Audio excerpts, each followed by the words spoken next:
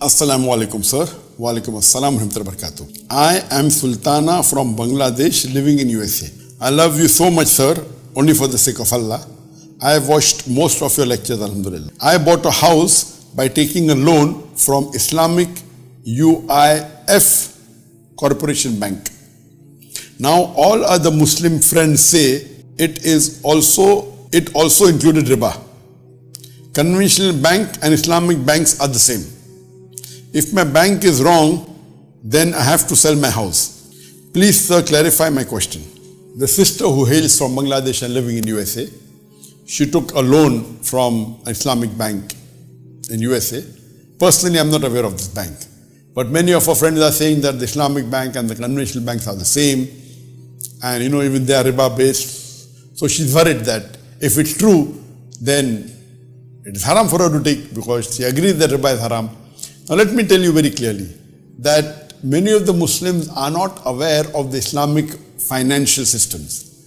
They may not have studied the Islamic financial law. So in the ignorance they may say that there's nothing in Islamic bank, etc. because they don't know. So they're not the right people that you have to ask to. But there is something like Islamic bank. There are scholars of Islamic economics who have given the guidelines. So, but I'm aware that there are some banks which are fraud.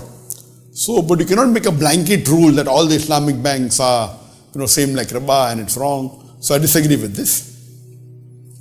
But the point to be noted is, yes, there are some few banks in the name of Islam, they are cheating the Muslim Ummah. They normally give riba, etc., but they say it is Islamic. So you as a person, as far as this particular bank is concerned, I have no knowledge, I have not done any survey on the bank, so I cannot comment on this bank. But generally, as a thumb rule, you have to first see who are the advisors, the Sharia advisors on the Islamic bank. Every Islamic bank has a Sharia board. So if on the Islamic bank there are reliable Islamic Sharia scholars, like Sheikh Taqi Usmani, if you have reliable Islamic Sharia scholars, then safely you can take loan, it will be halal. But if you don't know who they are, so you have to do a little bit of survey and the background check that who are these scholars. Are they reliable scholars or are they just namesake? But generally, the ruling is that if you take from Islamic bank and if the bank is not following the Sharia, they are responsible, you are not responsible. Until it is very clear-cut, evidently clear. But those Muslims who say all Islamic banks are riba-based, they don't have knowledge of the Sharia. So please don't listen to them. But if you really go and do research of the scholars on Islamic Sharia, who are mainly scholars of Islamic finance, like Sheikh Taqi Usmani, like Sheikh Daud Bakr, these people are well known.